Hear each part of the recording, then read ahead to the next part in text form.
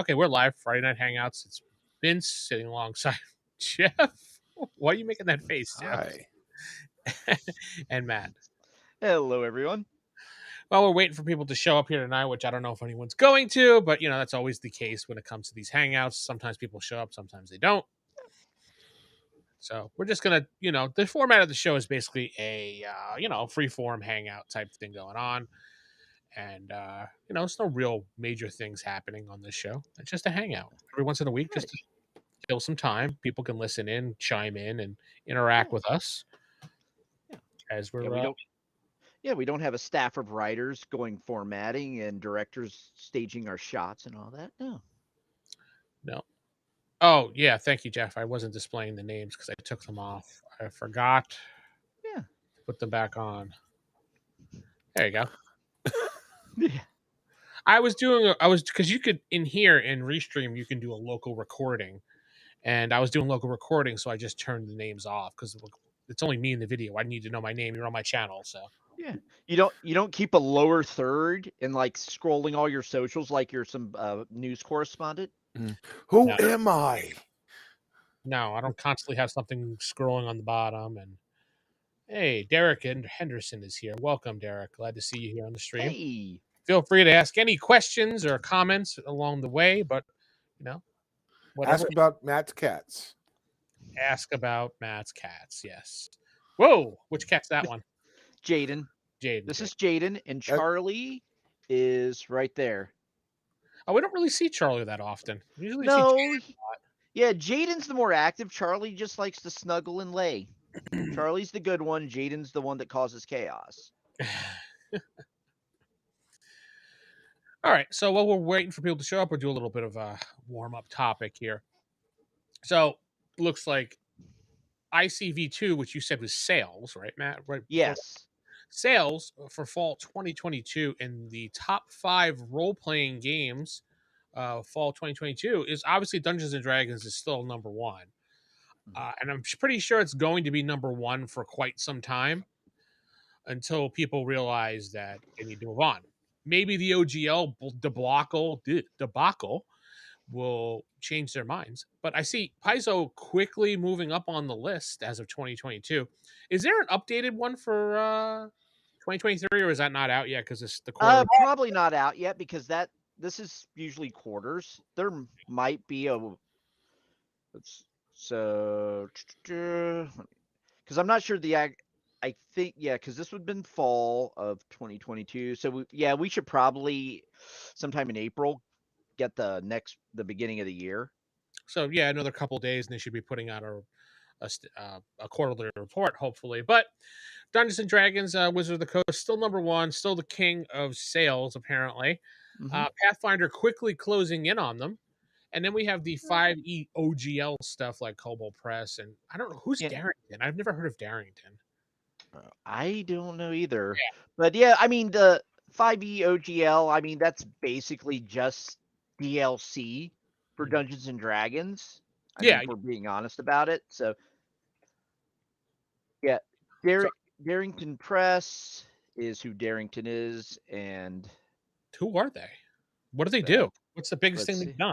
Let's see here. Darrington Press. Our games. No. I'm on the website, darringtonpress.com. And you don't say. Yeah. Shop. Darrington Press Guild stores. Still looking. I mean, they list a bunch of game stores. Got the Guild. Yep. Okay. Our games till the last grasp. They have some actual original games, and it looks like they probably make some supplements as well. Because they have some. Looking at here, then they have like Tal Dori campaign setting reborn, which basically adds on to critical role setting. So they got some different things going on, but still, yeah, just outside of my wheelhouse. So yeah, not really familiar with them. And so we got also Vampire the Masquerade, which that game IP property was changed hands so many times in the last 10 years?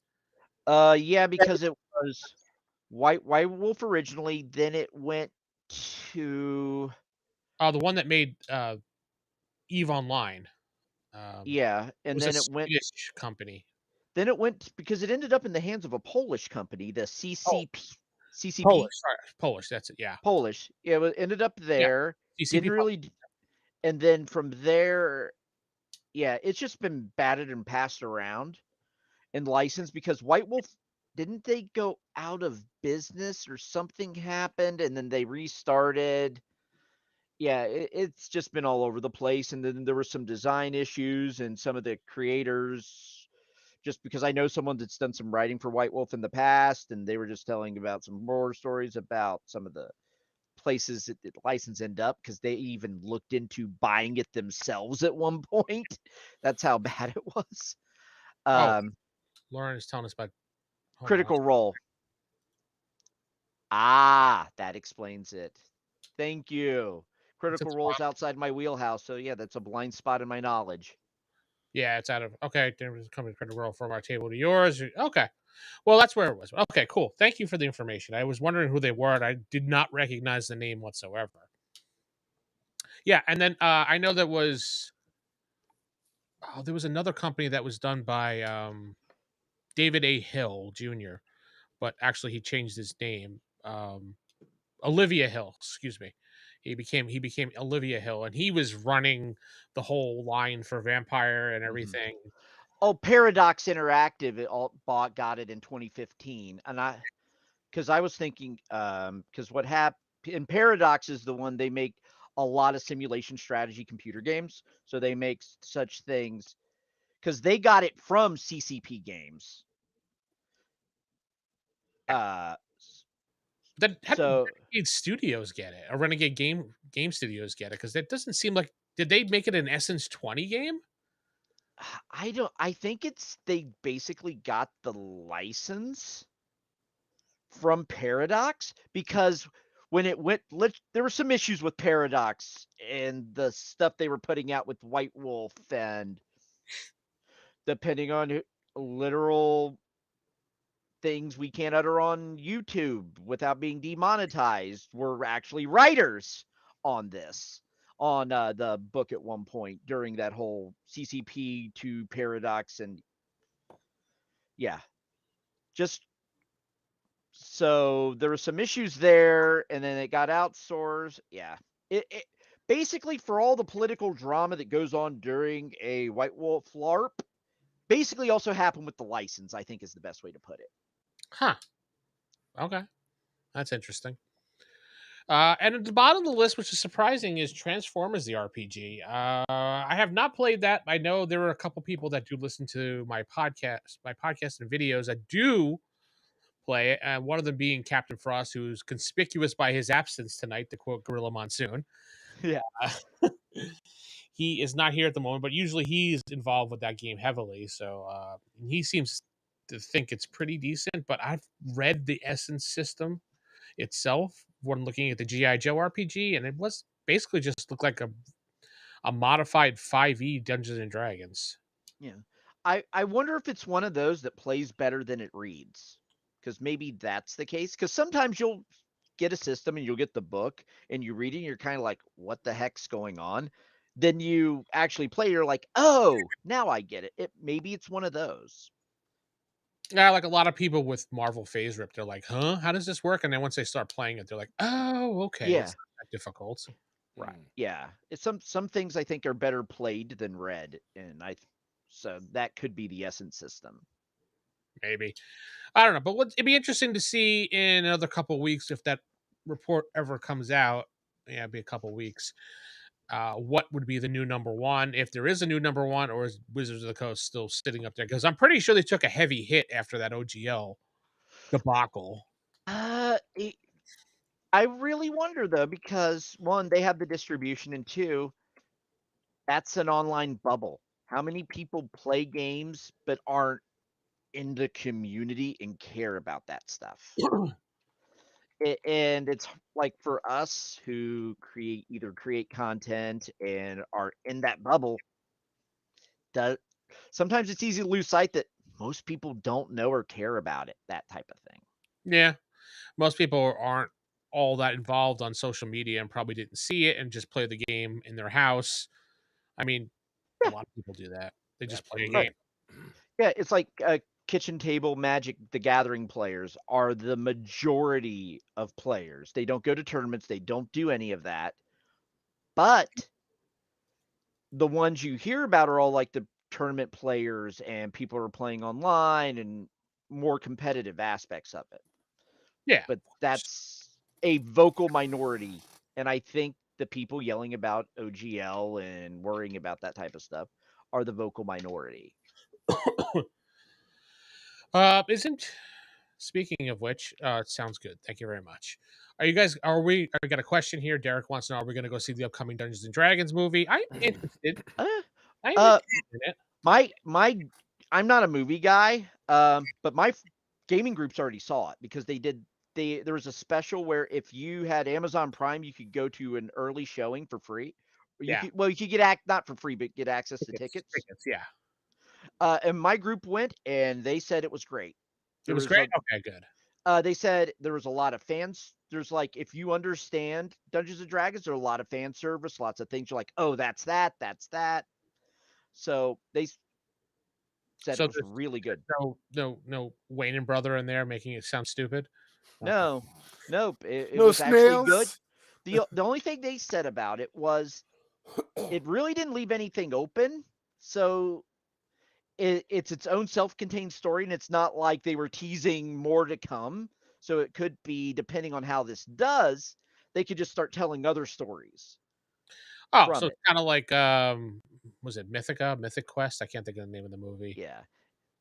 Yeah, Something it's like, so yeah, self-contained, but they could just take these characters and their next adventure, but the movie itself didn't set up the next adventure. So like the original Star Wars before Yeah. the trilogy. I haven't seen the movie. I've only seen the trailers. I'm looking forward to see the movie, but on my scale of theater rent or wait for free, from what I saw from the trailers, I want to see it in theaters. Oh, Jeff's gonna Oh. dish out the money to go see. Mm-hmm. Mm-hmm. Is this a family event or just a Jeff event? It's probably a date night. Oh. Mhm. You're gonna get Mrs. Jeff to go with you, and And it's gonna be we're gonna nerd out a little bit. Yeah. all right, Mrs. Jeff is into gaming, so she'll probably enjoy. How I about say you, Vince? I say Mrs. Jeff because I'm not sure if you want me to say her name or not. So Yeah, that's fine. Mrs. Player Geoff. Mrs. Player Jeff, yeah.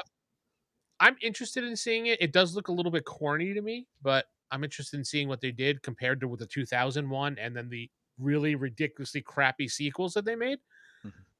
But it can't be any worse than the first Mythica movie, which was actually dynamite. Like nailed a D&D movie without actually being a D&D movie. So, You've seen some of the trailers and some of the previews for it, right? yeah. I think I like the one part where they're talking to the undead guy. I think that showed really player interaction right there. Yeah, Talking, it's so stupid a group can get with the GM. Yeah. yeah, talking out of character while in character. I thought that was a perfect representation of it. Oh yeah, and that I can actually see our group doing that. Like you, Oh yeah, absolutely. like you and Corey arguing back and forth, and the things like, "Yep, nope, up, dead." We're not talking to you. Yeah. Happens. Yeah, all right, I'm probably gonna go see it eventually. But let's face facts. Without snails in there, it drops a rating. In Oh, my without opinion. Jeremy Irons in there, it drops a rating. That's the I think he's dead though, isn't he? I don't know. Yeah, I don't know. Matt's gonna Google it. There's our Google for Matt. Because I legitimately don't know, so I'm curious. That's how Matt's job first started with RFI, was Googling things for us in the background. No, he is fine. He is still with us. How old is he? Oh, no. I searched Gregory Iron. He's the pro wrestler. Never Well, mind. we're glad that Gregor Irons is still alive. Yeah, thank God. Whew, I was worried about him. Whew. Matt's Google automatically defaults to wrestling things now because he's Yeah. such a wrestler. And then I'm apparently spelling his name wrong because Gregory Irons doesn't come up no actor. Jeremy Irons should come up pretty easy. Because I searched Gregory because I was my brain converted it to Gregory Irons.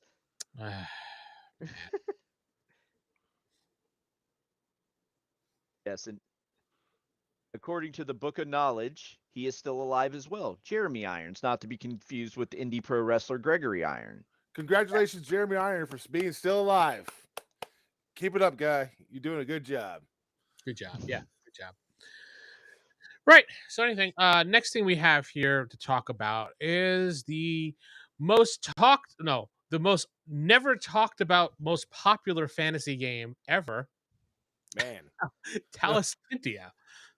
The game that everybody seems to know about, has probably looked at in 35 years, because it says 35 years there. But no one knows anybody that actually plays this game. Yeah. We get a whole thing on Roll for Initiative for this. Right.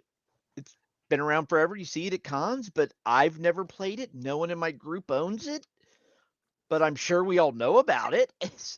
Nick and I own an earlier edition of this. I think I have second and Nick has third or maybe 1st. Mm-hmm. And we talked about it on Roll for Initiative. And like I said, I've never seen a person play it. I've never heard anybody play it. Yeah. And yet they have a Kickstarter that just doubled its money, 240% funded. And still 20 days left almost. I think it's just one of those, like with us, we were getting our fantasy RPG niches filled by other systems. So it's like, and that's why it's just been outside of our wheelhouse. Because it's like, how many fantasy RPG systems do you really need? But I think especially those that if you either got in when it was first came out in the 80s, or if your introduction to tabletop RPG was this is probably going to take your top slot or one of your main slots for fantasy RPG games. So, but no, it's great seeing that there's actually still is variety out there and not everything has to be some sort of OGL based system. Wow. Contains over 100 new class, subclass, and race combo. Jeez. Oh, wow. That's like 3.5 era stuff. Yeah. I mean, we reviewed it. Like we said, it's an interesting game. It's just kind of avoided things we've done because we've all been either playing D&D or something else. I wonder also if maybe there's like a regional thing with it. If in certain regions it's more popular in others. Like Castles and Crusades. Yeah. I noticed that a lot of Castle and Crusades is very territorial wise. Like there's a lot of players in Texas because it's based here in Texas. Mm-hmm. But I don't see a lot of people outside of Texas playing it. It is. There are people, but yeah, I've noticed that in any bookstores I've ever gone to, used wise, Castles and Crusades, there's tons of stuff on the shelves. Mm-hmm. Outside of this state, not so much. Yeah, it's like I'll see it every now and then, but again, it's not that dominant. But yeah, I think it may be a local thing. It's just like anything that was like Kenner WizKids, like with Kenner was based here. So Star Wars stuff from the 80s is bountiful here in Cincinnati. And then WizKids had their warehouse in Cincinnati for a good like 8 years. And same with Raul Partha, all Cincinnati based. So that stuff's far more common here than it would be elsewhere.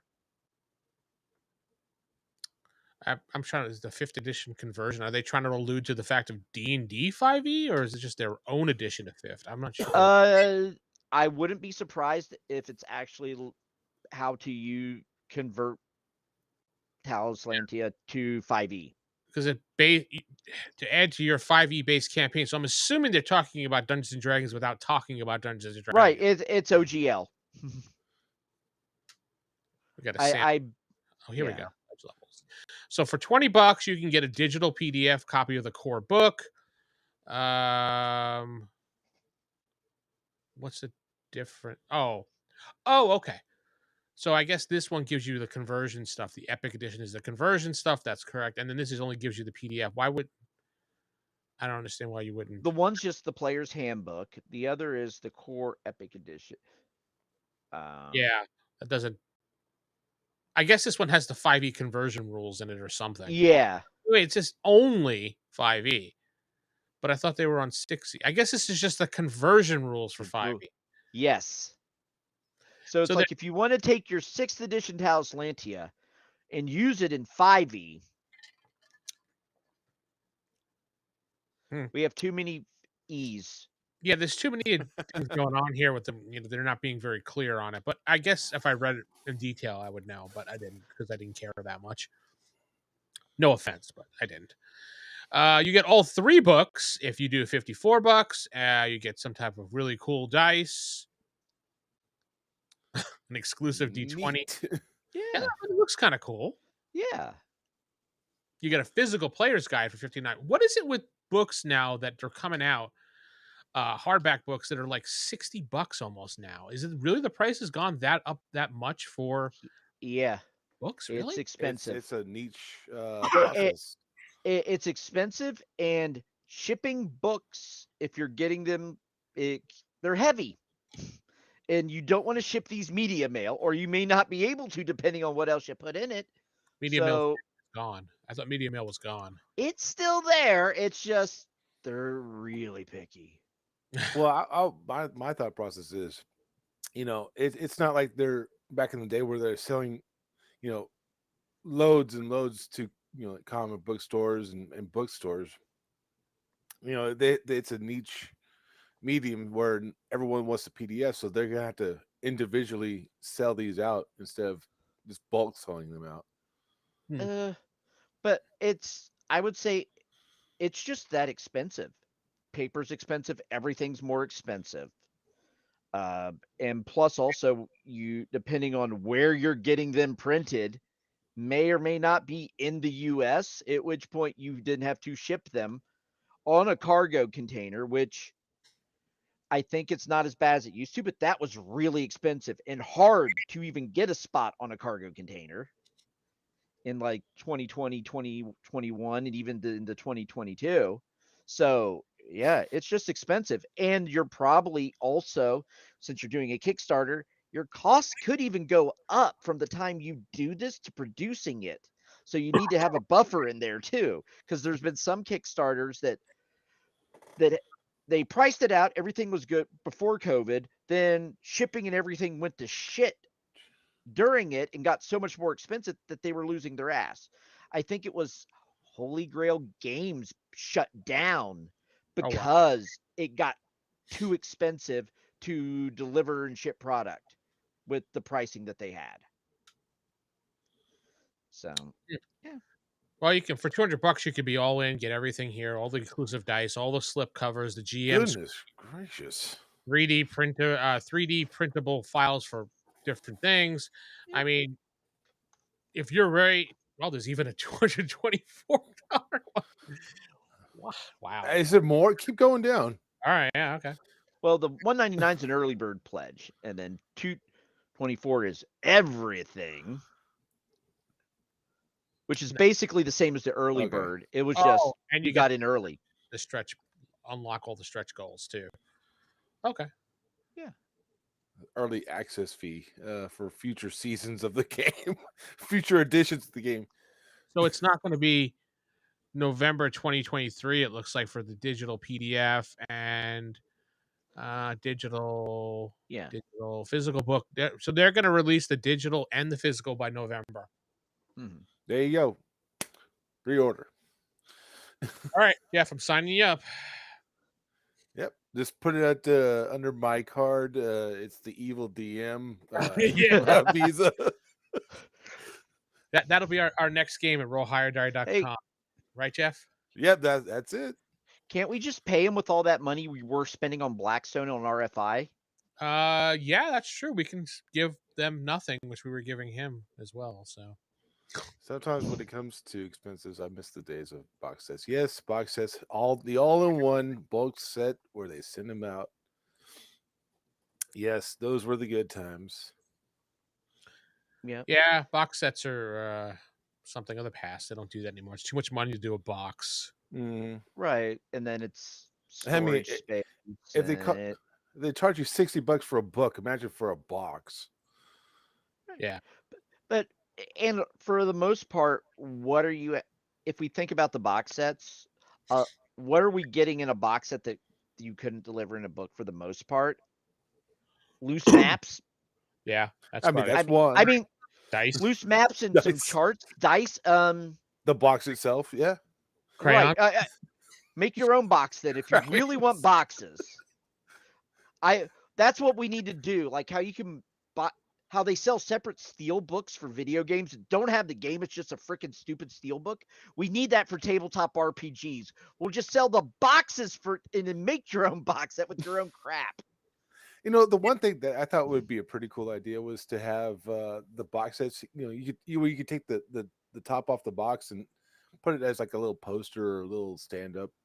It'd be pretty neat. Use the box as your DM screen. Yeah, that'd be pretty cool. I mean, we've done that. You've probably done that too, Matt, in the past. I mean, Yeah. Oh yeah. Yeah, definitely. They also the box sets also make good dice trays. Mm-hmm. That's another good thing. Yeah, you don't get that in the book, do you? A dice tray. No, a very or they could also be a cat bed. If I leave one out, that's what's happening. Somebody uses for boxes these days. Welcome to the Box Podcast. Right. And if you try to want to downsize and condense your space, you could sell things and put it in the box set box and ship it out. Also, we got 2 conventions going on this weekend. Well, I'm surprised Matt's not at GaryCon.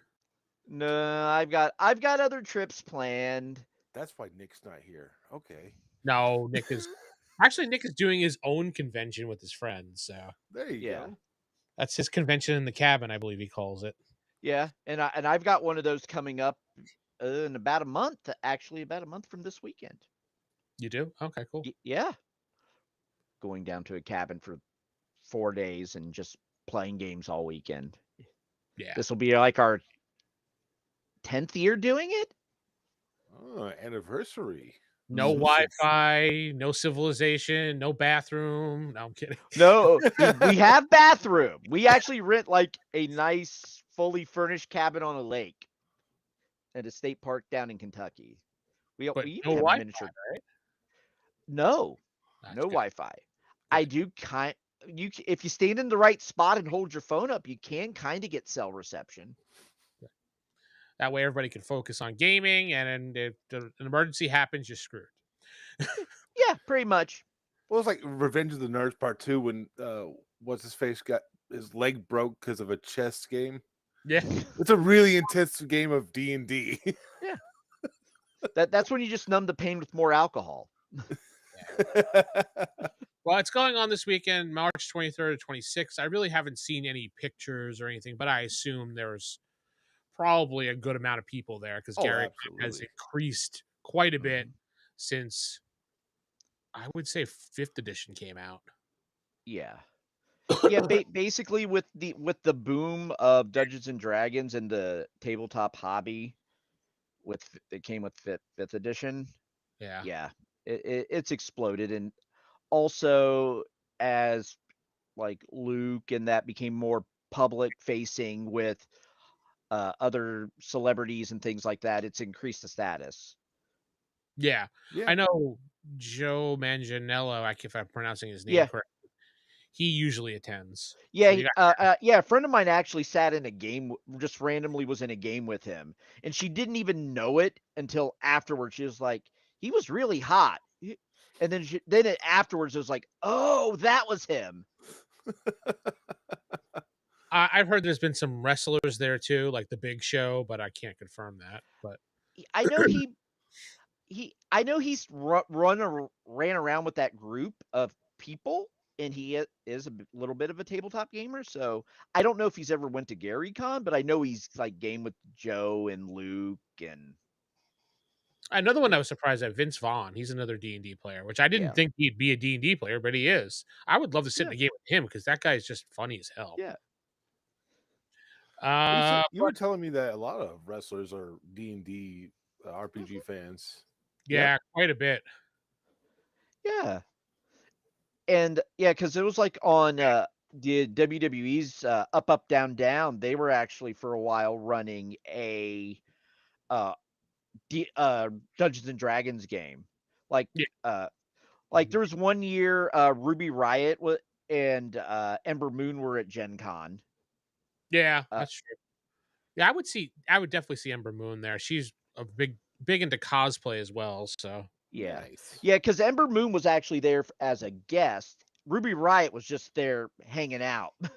Well, isn't she Ruby Soho now? Yeah, she's Ruby Soho now. She was Ruby Riot then. And who else was there? Got confirmation from Tony. I know Vince Vaughn is there. I figured he would be because he runs around with Joe. So, Xavier Woods was a huge nerd as far as gaming goes, and he was in that DC one with Freddie Prinze Jr. and Sam Witwer that they did all those wonderful episodes for the DC Heroes game, and they just never did anything else with it. I don't know why. Yeah. It was actually pretty cool to watch that. Yeah, sometimes you just do think they just did a little one-off for themselves, and then who knows what happened on the back end, because Up Up Down Down is something that Xavier Woods created, but WWE owns. Yeah, I never understood that he was the one that created it, brought it to them, but that they own it. So because the way their contracts are, if he wanted to actually be able to do it, he has to have their permission.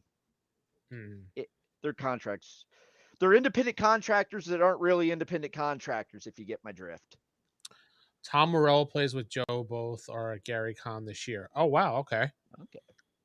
Thank you, Bramos. Good information to know. And down the street at the Horticulture Center, we have TSR Con 2, which I have no idea how that's even going.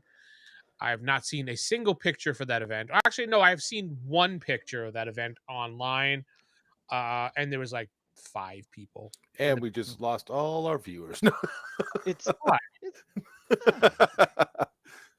why I'm covering news. There's nothing wrong. Yeah, with it's a joke from the past where TSR and Gary Con and this competition had like their big spat.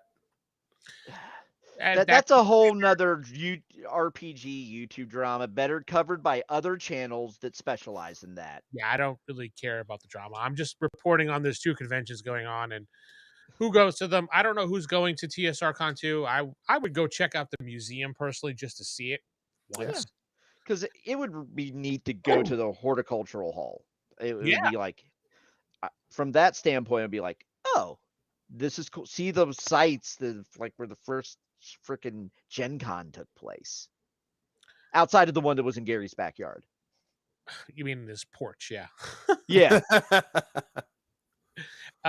So I mean I would go and check it out because this is, one of the first places. Gary was there himself.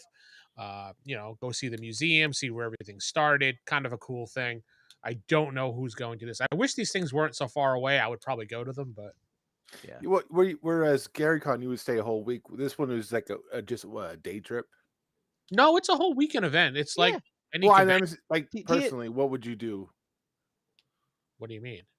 Like, if you were going to Gary Con right now, would you just take a day off of Gary Con and just go over here? If I was going to Gary Con already? Yeah. Yeah, of course. If they're going on at the same time, I mean, I've done that before with other conventions. Yeah, because it's very much like you figure out what your schedule is. Oh, I got nothing going on. And it's not like Gary Con's going to have the exhibit hall of like a Gen Con where you could spend a couple days there and still not see everything. Oh my so God. It's not. So you would mostly be hanging out at like Gary Con is as much in just actually these smaller conventions in general is more about the socializing more so than necessarily even the gaming. It's about meeting new people and other people that have the same interest as you. And that's what the whole point of a convention is, socialization. When I go to North Texas here, or when I did go to North Texas here, I would just go to socialize and play in a couple games with people I haven't seen in a long time. But their vendor room was probably the size of one little convention room that you see in a hotel. That's about it. Yeah. Nothing big. Couple people set up with large tables. I would suspect that Gary Con's the same way. I don't know about TSR Con because there's only been 2 years of it, so I have no idea what Mr. Lanasa has set up for that, but that's really between them. But I just want to say the conventions are going on. Hopefully, people are enjoying it and gaming. Who knows? We'll see what happens. But that's pretty much what we have in the news for this week. That's a lot of news. Well, Good news. sometimes there's some good news, sometimes there's not some news. So there's some things to talk about, sometimes there's nothing to talk about. Like things blow up, sometimes they don't blow up. Like my Twitter, Yes. if you saw, Jeff, when I tweeted about, hey, I'm watching Thundar, first time in 30 years, and like that people explode. Yeah. I think you now have more fans on Twitter than you do on YouTube. I know. I was like, what the hell, man? I just need to maybe convert this about it, and then all of a sudden, Thundar himself tweeted. Yeah, me. Thunder himself. Oh. Yeah. Yeah, it was kind of interesting. But anyway, so the topic of this evening that we were going to talk about based on the show notes itself was conversions and converting your favorite, I guess, genre into your favorite game. Dark Shadow hit 1 million.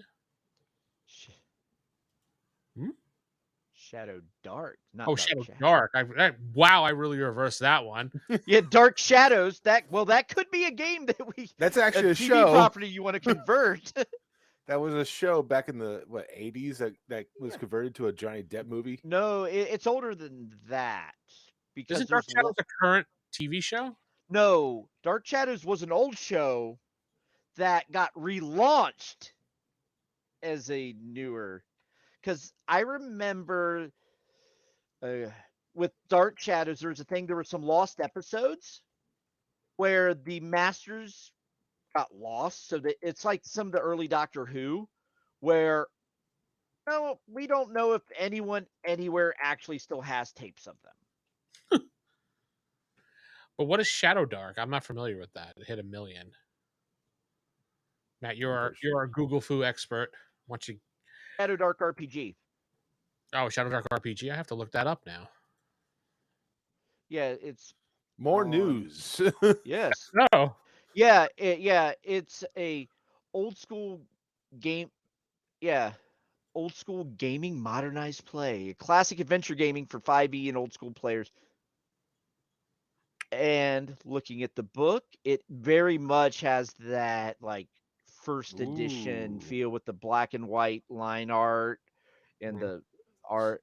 Oh, it's a free quick start. That's cool. Yeah, I like how they kind of reverse it. It's more of a instead of white, black and white, it's white and black. Yeah, that's a very throwback to what is that? Like the mid '90s started doing that with RPGs. Yep. Very retro. No dark vision. Total darkness is dangerous. Roll to cast spells. How would you get around dark vision? Magical darkness? You just don't have dark vision in your game. Boom, problem solved. How do you get around it? Just have people walking around with torches next to you. You can't see around it. Yeah. That's always been a thing with D&D. If you have dark vision, nope, doesn't work because the person next to you is carrying a torch because he's a human and he can't see. You got to go to the outskirts of the torch. Right. So you have their magazine too, a Cursed Scroll, which looks like it's a magazine. Oh wow, cool! I like that. I like the whole zine thing. That always when games produce their own zines, it always makes me really excited about it because that means like the authors of the game or the publishers of the game are really into like putting out little supplements to help keep you interested as a player. So right, yeah, that this would be very interesting actually. Yeah, look at this art, man! Wow. Ooh. Oh yeah, I know. It's just like it's gorgeous. Kickstarter now. Back now is probably where the Kickstarter. Nope, that's not it. Back now. Yep, it ends in 6 days on March 30th. Oh my god, they $10,000 goal, and they hit 1 million. Yeah, kick ass. Yeah. Oh, am I not allowed Thank you for bringing this to my attention. You can say kick ass. It's fine. All right. Yeah.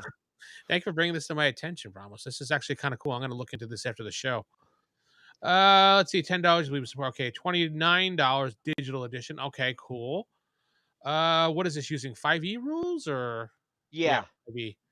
5e, but shooting for the old school OSR feel. There are 4 Okay. classes. Okay. They're going back to 4-4. I like that. D20 base roll high system. Okay. I wonder if they modified it so it's like more like basic. The basic edition they gave out when 5e came out. What is it? Basic 5e, whatever they call it. The free one. You know what I'm talking about, man. The free one. Trying to remember. But yeah, whenever I think of the early of 5e, I go back to the playtest that I played in, the private one, and how so my entire view of 5th edition was just absolutely skewed by that, because I keep having flashbacks to oh, it should work oh, no, it doesn't. That was just some wacky revision you played that no one else did. There was 2 that came out. There was a free chopped down version of the game that was supposed to be more along the lines of I guess 3E like or 3.5 like, and then they came out with 5E. So hopefully they went with the 5E, being the chopped down version of it, because that was a lot better than 5E itself. 330 pages. All right, cool. Yeah, So, they've got. What is this right here? Just go through it. They've got random encounters charts. It's like But AD&D. it's not just random monster charts. It's just random like a random swamp encounter. Then it's like you got a thing for carousing. Yeah, no, this really does look interesting. Okay, yeah, it's 5EBX-ish, so like OSE. Oh, old school essentials. Okay. Yeah. I like these books. Oh, I like this book right here. There's one cover right here, the green one. Mm-hmm. All right, this looks cool. I'm glad he actually dropped this because I didn't know anything about it. I'm not Yeah, keeping same here. stuff. I mean, Screen. I love this black and white line art like this. that's one thing great about this podcast. I mean, like, if we don't know something, add it in. Tell us. Right. We love talking about it. Yeah. I definitely love the Cursed Scroll things. That is definitely dope. I love magazines like that, or zines as they call them. And mini adventures. Okay. Character cards. Can we get a zoom? I can't zoom in on that, can I? See if I can zoom in on that. Come on. So yeah, you got okay, fits all. Stop moving. Okay. I like the fact that you can boil it down to like a card, like how basically OD&D was. You could put it on an index card and play the game. I like that a lot. Oh, and if you're at Gary Con, they're running games. Oh, wow. Because if you go to the bottom of the calendar, join a game. Shadow Dark open table. So they're running open games at Gary Con. Also, the complete digital edition of everything is $55. That's not bad. No. Now, for all the stuff that you're getting, that's actually a pretty good deal. They're from 75. The core book, obviously, $60 yet again. There it is. Yeah. Wow, premium edition is $80. I wonder where they're printing this from. The complete 109, Shadow Dark complete, RPG Legend 159. Huh. Gameplay. The basic. Okay, here we go. Adding each one. Yeah. What, Jeff? Let's ask the question. Are they offering dice with their pledges? I'm looking. It doesn't seem like they're doing a lot of the stretch goals. Tchotchkes. So what they're offering is basically content. They're not getting a lot of like the miniatures, the other touch feel things that come with Kickstarters. This is all just game content to the extreme. Madeladum Dungeons. I don't even know. I've never heard of that one either. Matt, can you get a link of that while I'm looking through this? Yep. Dungeons of Enveron. Or Enveron. Enveron. Okay. Oh, yeah, this is a battle system. Drop it in the chat for us here. Yeah. I'll bring it up.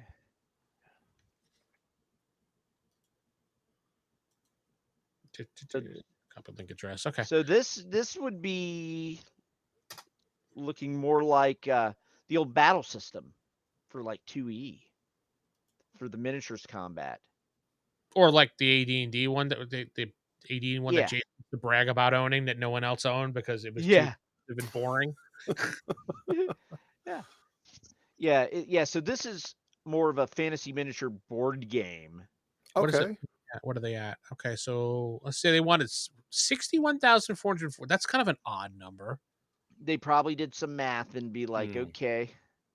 Or let's see. Usually people Don't- round don't- Where it off though. Throwing Yeah. taxes in there and everything. Well, they're probably trying to keep it at bare minimum.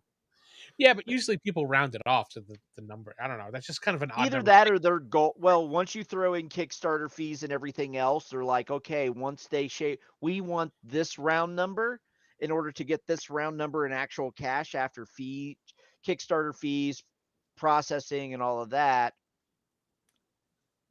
Either that or it has some other significance. Sometimes it could be an inside joke or a reference to something we don't get because we're not in the loop.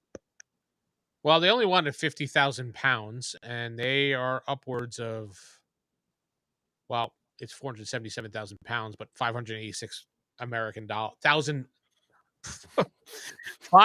$586,000 in American. So Yeah. they definitely were over their goal of 61 that they wanted to get. Yeah.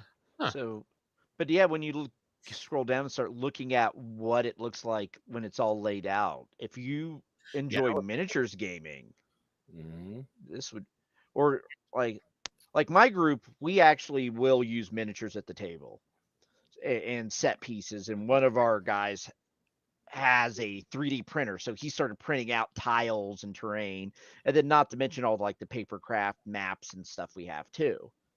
So something being able to construct something like this, yeah, The terrain is definitely. modular for D&D. The game mechanics is cool too. It's not for, if not everybody shows for the game. Oh, that's true. Yeah, you can get a couple people together and just play this, set it up.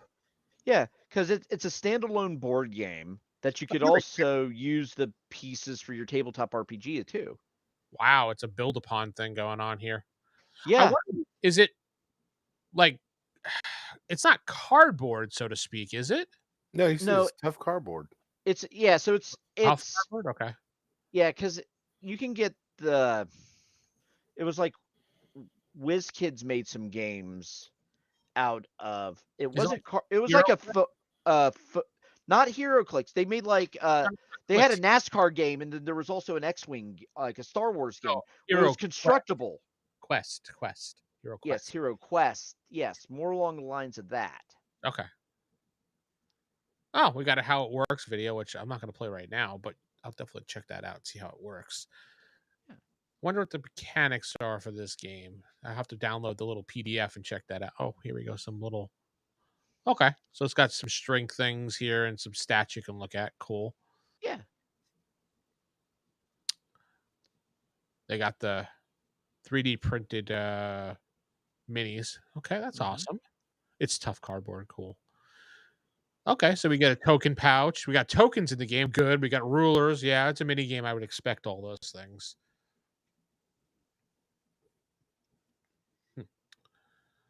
Bonus content to be unlocked. We got this unlocked. Some special minis, it looks like. Bonus equipment. Supplies. All this stuff is unlocked. Yeah, just one character. That character. Last character. Which they'll probably just unlock anyway. Yeah.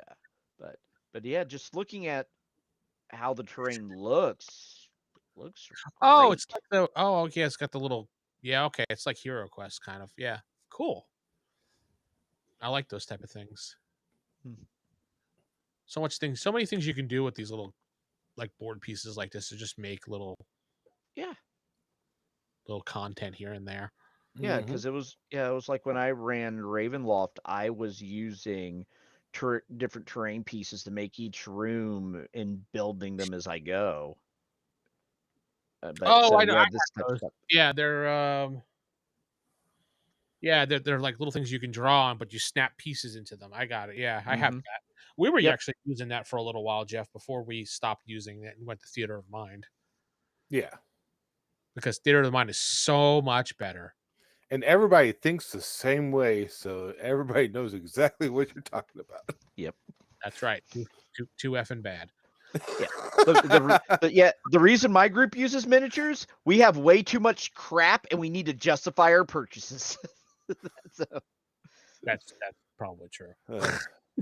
Must be such a tough life there. yeah, no, literally, like the friend's house that we game at, he has like the plastic drawers you buy, the Sterilite drawers you can get at like Walmart. He has probably 6 or 7 of those lined up, full of miniatures, cars, vehicles, terrain, all of it. So they're there. We might as well pull them out of the drawer, help justify his purchases to his wife. We're actually using them. That was a good thing when we used to play at the Reaper mini store, Jeff. Remember that? Mm-hmm. We would just walk over to the shelf and just pull down any mini we wanted to play with. Yeah, because they would have some display minis and they didn't care if you used them as long as you didn't break them or anything. Yeah, and return them, back to obviously. This is mine now. That's before they decided to make all that into office areas and then throw everybody downstairs, and it sucked. Oh. But hey, business is business, right? Yeah. Business is a business. You're correct. They kind of had to expand that anyway because they were getting a lot of business back then. Well, yeah. They still have their, they have a convention every year too. ReaperCon. Do they? ReaperCon? Yeah, they've been years. It's at the Denton Convention Center. Because it used to be at the warehouse. Yeah, they moved it to the convention center in the town of Denton, which they just built within the last 3 years or so. Yeah. Okay. Probably just showing off their products. I can't imagine they'd be like, "This is our warehouse that makes the minis." You would. Thanks for coming to con. To the Palladium convention, and you're playing games amongst the boxes in their warehouse. So, no, that's a whole vibe. It's just like GMT games for wargaming will do the same thing at their warehouse. They'll have a convention. You go in, they set up tables amongst the boxes, and you play their games. It was, I will say, I went to 2 of them, and it was very cramped. So I'm actually kind of happy that they moved to an actual convention center. Because those tables intermittent the boxes of various bone Kickstarters they kept doing. Oh, God. Oh, back during that. Oh, God, I can only imagine the nightmare they were having. Those things. So many minis. Yeah, I remember one year, Brian, who was a partner, I forgot his last name because I haven't. I think I've interviewed Brian for Die Hard Game Fan because he was the one, Reaper Brian. Yeah, Reaper Brian. Yeah, I've interviewed him for Die Hard Game Fan. I don't think he's a partner anymore, though. I don't even think he's involved in Reaper anymore. No, but back then he was, and I remember he was like, "Hey, he knew me because of RFI actually, and he knew we were playing there. He's just like, wait, they have a new store now too? I thought they had the same store by the warehouse in Denton. I have to go check that out because it was actually a warehouse. It wasn't even a real store. It was like a warehouse. But I mean, they had that miniature store downstairs. Yeah, it was a warehouse with like a miniature store stuck in the front of it that didn't look like a store. They just converted the front part of the warehouse. But yeah, he was like, "Yeah, are you playing a game?" I'm like, "No, I'm just waiting for people to show up." He brought me in the back and showed me the very first Bones Kickstarter stuff that they were doing. Mm-hmm. You're right, Matt. Nightmare. Yes. People are definitely saying in chat that they've moved. Matt, you need to find that out. Okay. Producer Matt's on the job. That's right. He's gonna Google foo. The Reaper Game Store is at 9062 Teasley Lane in Denton, Texas. No, it's still the same place, I think. They were on Teasley Lane, weren't they, Jeff? I believe they were off of Teasley. Yeah, because the building silhouette looks like a giant warehouse. And I'm looking inside. Well, those are old pictures. Careful now. Yeah. Careful what you find. You don't want to always. Yeah, they may. Maybe they actually have like a spiffier storefront, but it's possible. I mean, yeah, it's like Capstone Games, the board game company. They're based out of Cincinnati. They actually have a retail store attached to their warehouse that actually looks like a retail store. I wouldn't even be though it's surprised in an industrial park. I would be surprised if they kept the warehouse and just moved their store to a different location. That way they can have their two separate businesses. Oh, they have their P.O. box in Lake Dallas. So I wonder if they moved like the corporate headquarters to Lake Dallas. It's possible. Like I said, they were making a lot of money. Yeah, because they're still in the same place. That's the same warehouse that they've had since I've come here to Texas. So Yeah. they moved across the street. That would there was nothing across the street though. It was just it was trees in a field. Unless they moved into the trees and field. Yeah. Welcome to Reaper.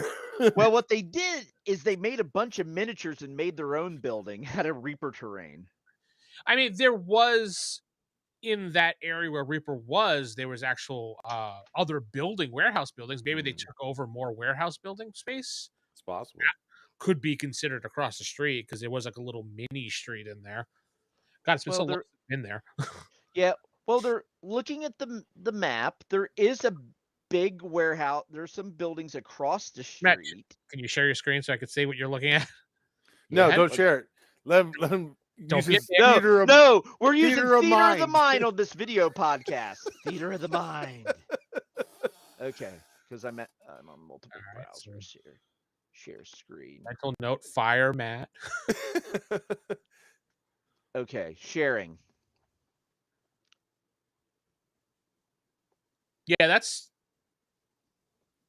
Yeah, scroll upwards so I can see the main road.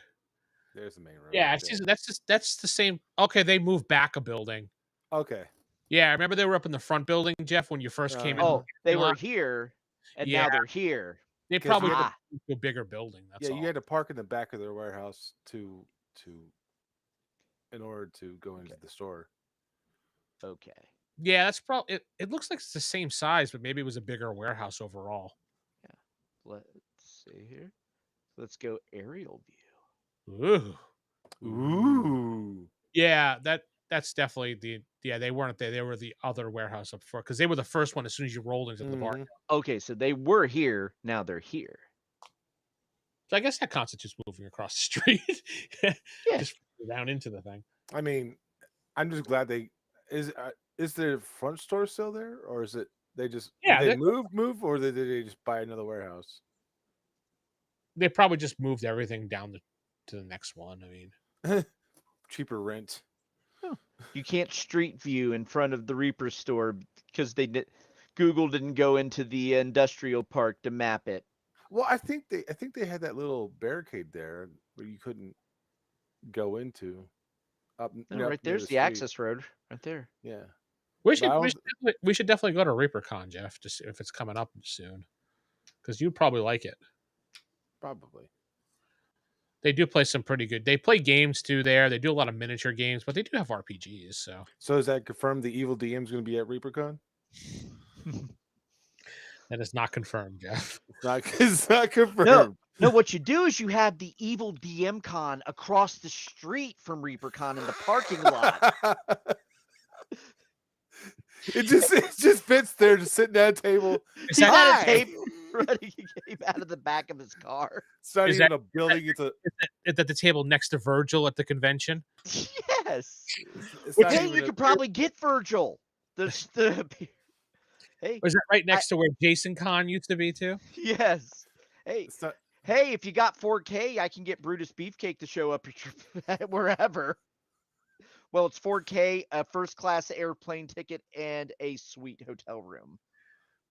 Really? Does he want red M&Ms in his bowl too? That's to get him to show up at your show. If you want him to do a meet and greet, looking at an extra 1,000. Wait, so he's going to show up? What does he do when he shows up? Oh, I'm not the silly one booking him. I just know someone who, a friend of mine that runs a local video game store, sponsors another wrestling promotion I don't work for, and he was just spilling some tea about them booking Beefcake and how he wanted to have, and Beefcake was trying to sell him on doing a autograph signing at his video game store because my friends had signings with like Dan Severin, the Headbangers, Rhino, but my friend was going to be at Horror Hound, the the convention this week, and he was like, how about instead of doing it at my store, we do it at Horror Hound. We'll get you a table for free and all this. He was like, oh, well, to do that, I would need an extra $1,000. They were like, no. No, that's not how it works. No, you get all your gimmick money. We're not paying you $1,000 and you keep your gimmick money. So yeah. Anyway, conversions. Yes. The topic of the show that we were supposed to talk about, that we're probably not going to even get into it because, you know, We do what we want. we do what we want. This is a hangout. We just kind of just talk about stuff, gaming, wrestling, Jeff's life, Reaper Minicon, things like that. Yeah. Jeff's dog in the background. Peppermint, is your dog's name? Cinnamon, close. I was close. Wrong spice. Yeah. But no, Hi. we're always gonna have a topic, and we may get to it, we may not. But that I can see that being an ongoing theme where we're like, this is the topic, and we never get to it.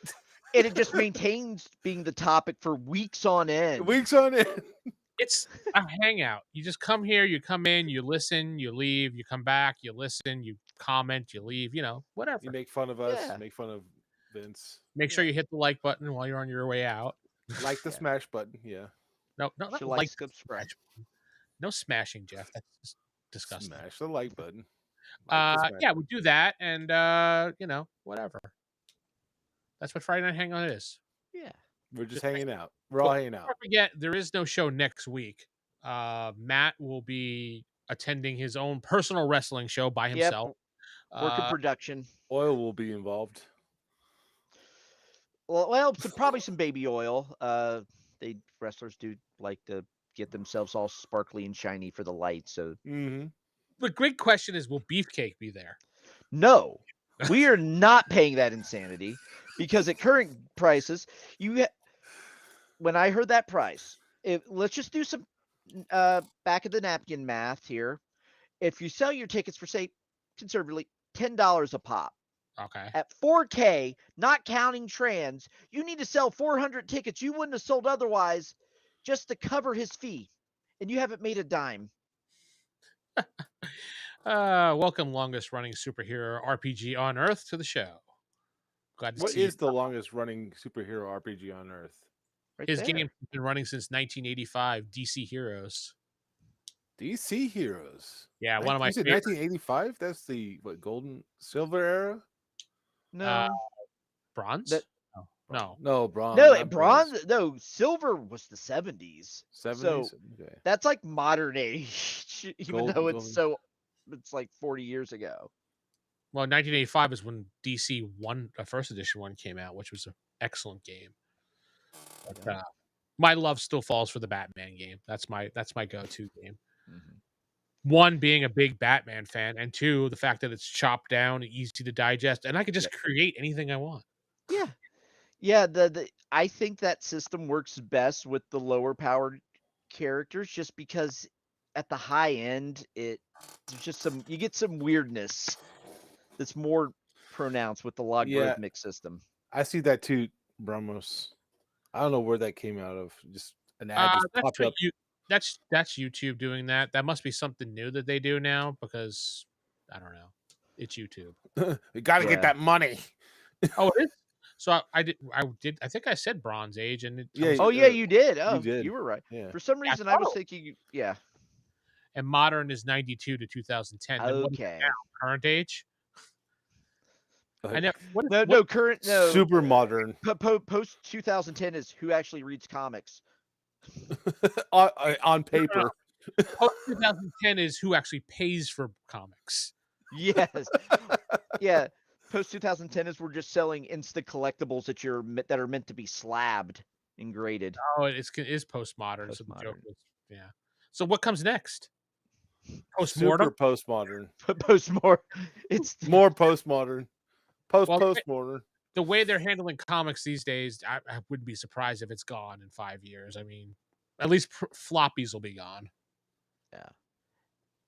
They'll be around, but it just will be less mainstream.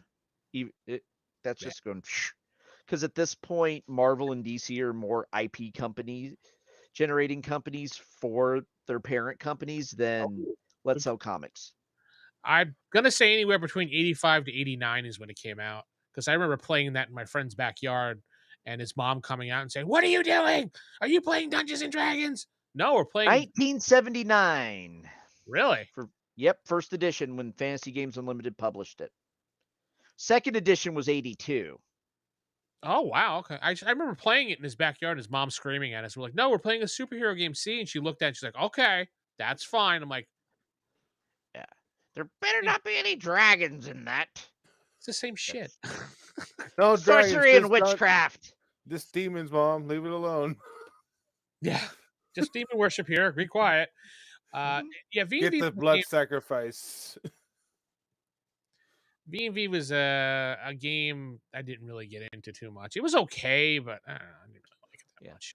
I know I tried to cash in on the free art from Jeff D at North Texas, because I had the little insert in my box from all the way back then. It's like, if you send this in with a 25-cent stamp or whatever it was, 10-cent stamp, you can get a free artwork from Jeff D. And I went to Jeff D. I'm like, "Jeff, I want my artwork." He's like, "What?"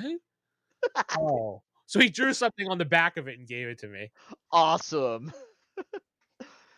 Yeah, Villains and Vigilantes is like Talos Lantia. It's one of those games that just fell outside of my gaming circle. So it just never played it. But it's a game I've always known about, but just never managed to play it.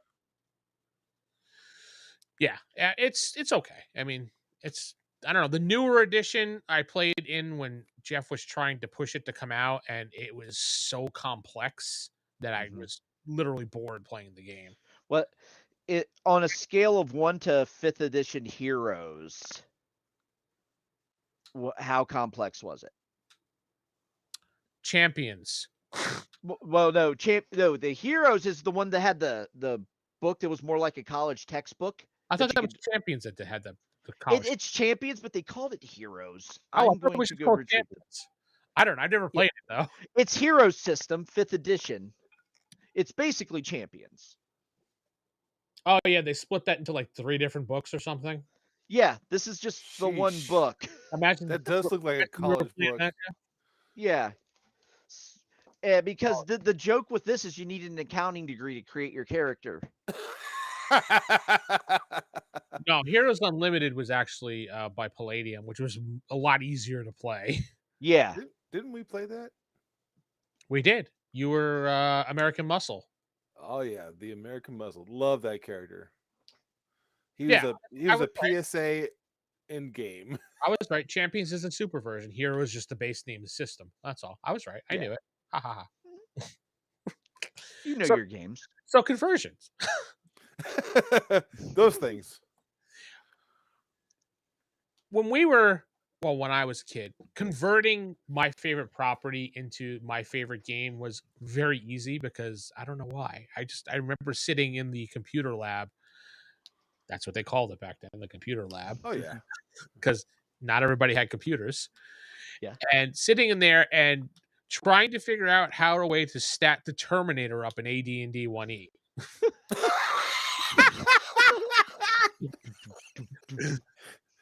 Because I had a campaign where I introduced this mysterious man who was chasing the party, but I never statted him up. So I remember sitting there going, all right, so how can I stat up the Terminator? He's pretty much invincible, so he's going to have really high stats. So yeah, 20s and almost everything, because back then, not a lot of stuff went over 20. Mm-hmm. Though we did have the deities and demigods book that made it go to 25 on certain things. Right, Matt? Yeah, because some of the gods in that had 25s. That's a bug killer book. You're right. That it is. I think there's YouTube videos of people trying to stop bullets with it. I can see that shit happening though. Statting up the Predator was another one. Hold on, let's go back to the Terminator. Okay, so you started up with strength at what, 20? Yeah, back then I only had access to the AD&D 1E books. I didn't have the demigods and stuff like that because whatever. What was his endurance was like maxed out too? Yeah, so What I did eventually was just put infinity signs under all this. I'm like, you know what? He's the fucking Terminator. Who's gonna mess with him? There's not. What is a sword gonna kill him? No. So I mean, I'm pretty sure his. yes, Jeff, finish your statement. Sorry, I was reading I got the chat. superhero. I got the chat. I got the chat. I mean, besides for his strength and his endurance, I'm pretty sure everything else was pretty much baseline, wasn't it? Yeah, I mean, he wasn't very agile because he was always very slow in the movie. So Yeah. his strength I put up as pretty much a 20-ish. Mm-hmm. He didn't have good looks. He had average looks. Intelligence wise, he was a robot, so I just gave him infinity intelligence because Yes. robot. So Right. I don't remember what. I mean, why did I do that again? I don't remember what most of the stats were at that point because this was talking about the 80s now and sitting in a stupid computer Apple IIe trying to go. Did you give him guns or did he fight with swords? No, he had guns. He had guns. Oh, So yeah. he had guns. So, okay, so basically what you're telling me between Predator, Terminator, where you're using the Conan supplements to get the complete Arnold RPG. No, I didn't know about the Conan supplements. Ah, It wasn't you can, more into the 90s. I saw those things in stores. So because you could pretty much just make like a kick-ass RPG using nothing but Arnold Schwarzenegger 80s properties. oh I yeah, mean, like if you, or like if you wanted to go the route of Sylvester Stallone, you could use some of those military ones and get yourself a nice Rambo RPG. yeah. Twilight 2000 Rambo.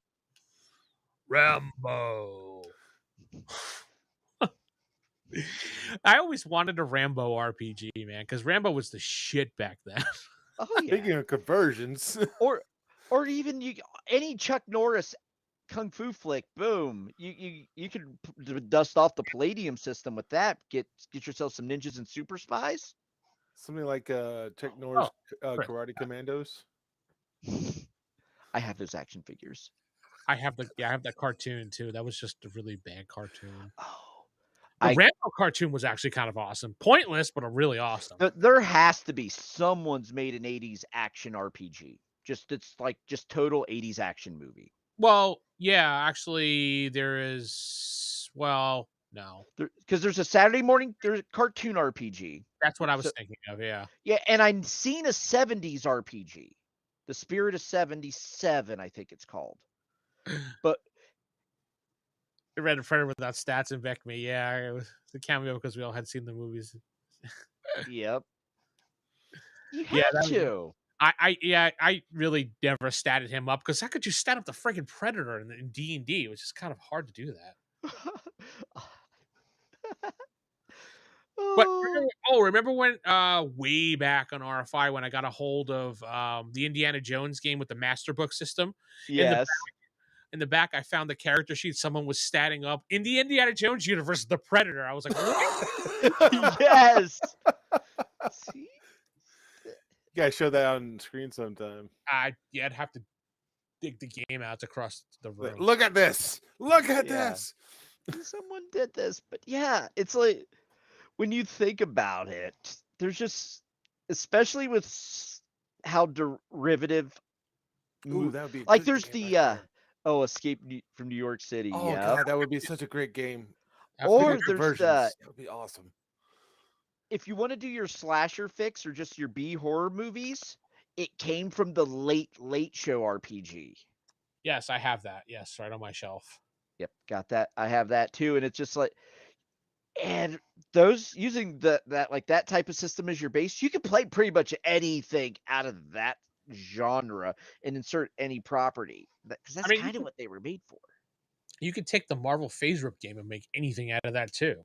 Yeah, and I mean, really, you could take any system if you stripped away the fluff and make it work for whatever genre you want. It's just a lot of the games are about just like what captures the true feel of it, and certain mechanics I think will work better than others for getting that like either the 80s action feel of like crazy things being able to happen, or like if you want something more suspenseful and You could use is it Fatal that uses the Jenga tower? There's the one game that uses a Jenga tower for the mechanic of it. You have your Jenga tower. Every time you go to do something where you would roll a dice, you have to Jenga. And then Jenga. So as you do more things, it gets harder to do them because Jenga tower. So eventually oh, I need to do this. I could die if I knock over this Jenga tower. Ooh, okay. I think it's Fatal. It's either Dread or Fatal. I'm drawing a blank on which one. I don't think it's Dread because Dread's a dice game. I'm pretty sure. Then it's Fatal. Yeah. Like that smash button. Or do like Jeff and like that smash button. I added it in just for you, Jeff. Because it's funny. And everybody should hit the like button if you're standing here. But yeah, but it's 7:30, so it's about time to roll out for us, transform, roll out on that Essence 20 system. Maybe next week we'll talk, or not next week, the week after that, we'll talk more about conversions, about things we would like to see converted. No, it's Dread. It's Dread? I thought Dread. Yeah, Dread requires a Jenga. Yeah, that's the Jenga tower one.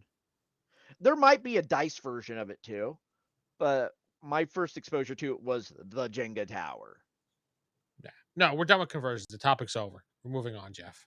We're gonna talk about Transformers, the Essence D20 system. What we're going to do is we're going to talk about how we can get rid of all of our dice and just use Jenga towers for all of our games from here on out. No, we're going to talk about how we can use the Fate system and use no dice whatsoever, practically the entire session. I think we should use. Oh no, that's my Jane Austen RPG. On that note, I'm leaving.